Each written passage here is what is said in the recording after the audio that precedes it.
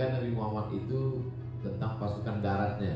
Bagaimana Nabi berperang pada perang Uhud. Bagaimana agaknya pasukan yang dikirim oleh Umar bin Khattab. Waktu itu panglima perangnya dipimpin oleh Amr bin As. Islam bangkit di Turki dengan pasukan Al-Fatih. Dan Al-Fatih juga dikenal dengan armada lautnya yang luar biasa. Islam juga bercerita tentang kekuasaan. Islam juga bercerita tentang bahtera lautnya.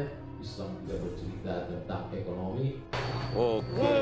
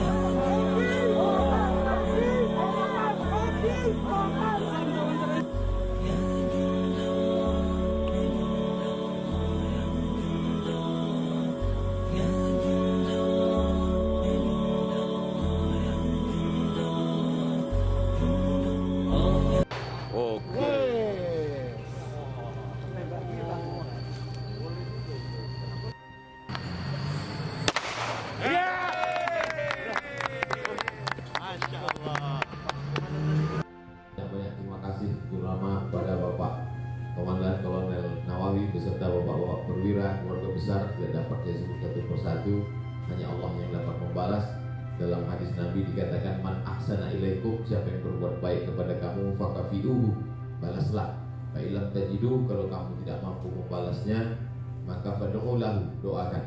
Oleh sebab itu di akhir majelis ini, sebagaimana dipesankan tadi, insya Allah kita akan mendoakan khusus untuk Brigif 4 Marinir dan untuk kebaikan bangsa Indonesia, Negara Kesatuan Republik Indonesia ke depan, insya Allah. Agama Islam tidak hanya agama ritual, agama doa, agama zikir, tapi juga agama yang bercerita tentang kekuatan pasukan. Selama ini diceritakan Nabi Muhammad itu tentang pasukan daratnya. Bagaimana Nabi berperang pada perang Uhud, kemudian perang Badar, perang Uhud, dan perang Ahzab, perang lainnya. Tapi juga kalau kita baca sejarah, ketika Nabi meninggal digantikan oleh Abu Bakar Siddiq 2 tahun lamanya. Kemudian Abu Bakar meninggal digantikan oleh Umar bin Khattab 5 tahun lamanya Umar. Dan pada masa Umar inilah pasukan pertama sampai ke Mesir. Kita tahu dari kota Madinah ke Mesir itu tidak jalan darat, tapi mereka melewati Laut Merah. Saya ketika menjadi mahasiswa di Mesir, itu kami juga melaksanakan ibadah haji melalui jalan laut dari Kairo, naik bis 7 jam menuju pelabuhan Suez. Dari Suez itu 2 hari 2 malam naik kapal laut sampai menyeberangi Laut Merah menuju Jeddah. Jadi pada saat itu kami membayangkan bagaimana agaknya pasukan yang dikirim oleh Umar bin Khattab, waktu itu panglima perangnya dipimpin oleh Amr bin As, menyeberang dari Asia menuju Afrika Utara, karena Madinah itu di Asia sedangkan Mesir itu di Afrika Utara. Bagaimana perjalanan mereka saat itu, yang pada akhirnya sampailah mereka di sebuah negeri bernama Fustat. Fustat itulah berubah menjadi Al-Qahirah. Al-Qahirah itulah yang disebut sekarang dengan Kairo. Dan itu hanya 7 tahun setelah Nabi Muhammad SAW meninggal, pada masa pemerintahan Umar bin Khattab. Lalu kemudian pada tahun 94 Hijrah, belum sampai 100 tahun. Jadi kalau kita urutkan dari Mesir, dari Mesir kemudian Libya, dari Libya Tunisia, dari Tunisia Aljazair, dari Aljazair Maroko, di Afrika Utara. Habis itu semua disapu oleh pasukan umat Islam, berubah semuanya bersyahadat asyhadu an la ilaha illallah wa anna muhammadar rasulullah. Lalu kemudian dari Maroko ini tahun 94 mereka menyeberang menuju negeri yang disebut dengan Andalusia. Andalusia itu sekarang kita sebut dengan Spanyol. Dan itu juga bahtera laut yang luar biasa. Maka seorang panglima perangnya bernama Tariq bin Ziyad, belum sampai ke Spanyol, Tariq bin Ziyad membakar kapal lautnya waktu itu, dan Tariq bin Ziyad berpidato heroik di depan pasukannya, al-bahru amamakum wal adu wara'akum. Di hadapan kalian ada lautan lepas, dan di belakang kalian ada lautan lepas, dan di depan ada musuh. Pilihannya cuma 2. Kalau mundur ke belakang mati konyol, kalau maju ke depan mati syahid. Saat itu dia berteriak, dan singkat cerita pada tahun 94 itulah umat Islam masuk menguasai Eropa sampai ke Wina, dan Islam berkuasa di Eropa itu 700 tahun lamanya.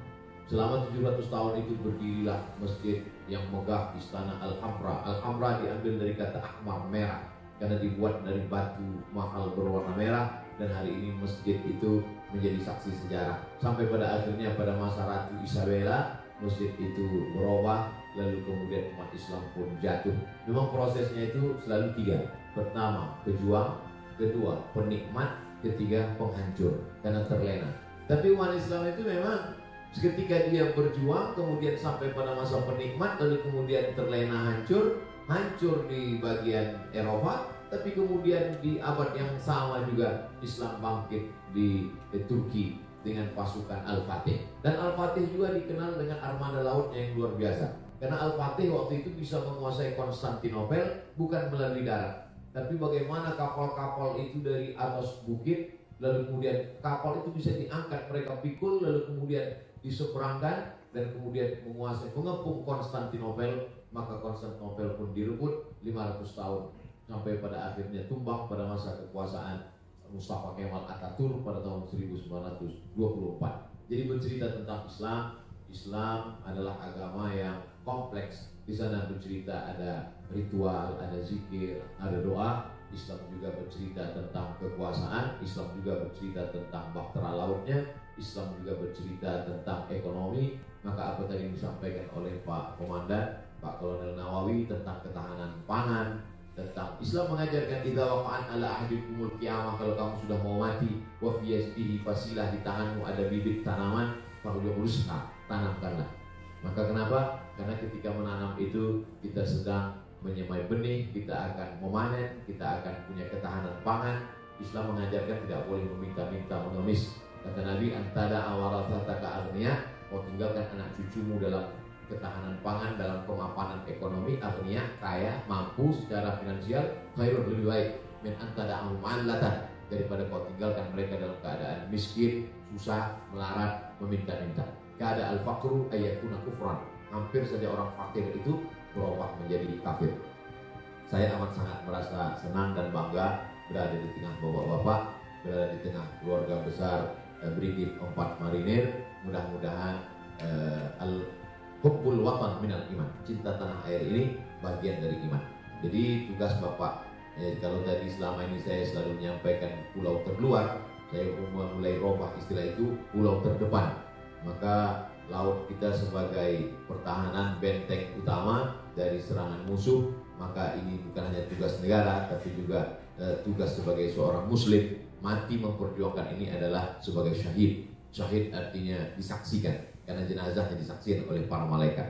Syahid artinya menyaksikan karena sebelum dia mati dia sudah menyaksikan tempatnya di surga. Begitu yang dijanjikan Nabi SAW. Tidak merasakan sakratul maut, tidak merasakan azab kubur, tidak merasakan hisab, langsung masuk ke dalam surga Allah. Begitu dijanjikan Allah untuk orang-orang yang mempertahankan negerinya, mempertahankan bangsanya. Sekali lagi saya ucapkan banyak terima kasih. Di akhir majelis kita mendoakan Brigif 4 Marinir, mendoakan Negara Kesatuan Republik Indonesia dengan memuliakan, dengan memohon kepada Allah dengan kemuliaan surat Al-Fatihah. A'udzubillahi minasyaitonirrajim. Bismillahirrahmanirrahim. Alhamdulillahirabbil alamin, arrahmanir rahim, maliki yaumiddin. Iyyaka na'budu wa iyyaka nasta'in. Ihdinas siratal mustaqim. Siratal ladzina an'amta 'alaihim ghairil maghdubi 'alaihim waladdallin. Amin. Allahumma shalli 'ala sayyidina Muhammad wa 'ala ali sayyidina Muhammad. Allahumma anzil rahmata was salamata wal barakata 'ala hadhil jamaah. Turunkan keselamatan, kerahmatan, keberkahan kepada seluruh jamaah yang hadir ini ya Allah.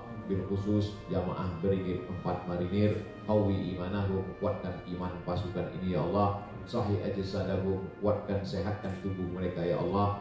Waj'alhum, jadikan sebagai benteng negeri kami, Negara Kesatuan Republik Indonesia ya Allah.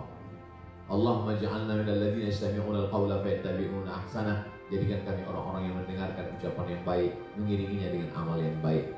Allahumma ja'alna minal mustaqimina fi sabilik. Jadikan kami orang-orang yang istiqamah berada dalam jalanmu ya Allah. Allahumma rzuqnal istiqamata 'ala syari'atil gharra wa tariqatil bayda. Berikan kami istiqamah dalam la ilaha illallah Muhammadur Rasulullah. Allahumma ja'al hadzal balada baladan aminan mutma'innan ya'tihi rizquhu min kulli makan. Jadikan Negara Kesatuan Republik Indonesia negeri yang aman, damai, terbuka pintu rezeki dari segala penjuru.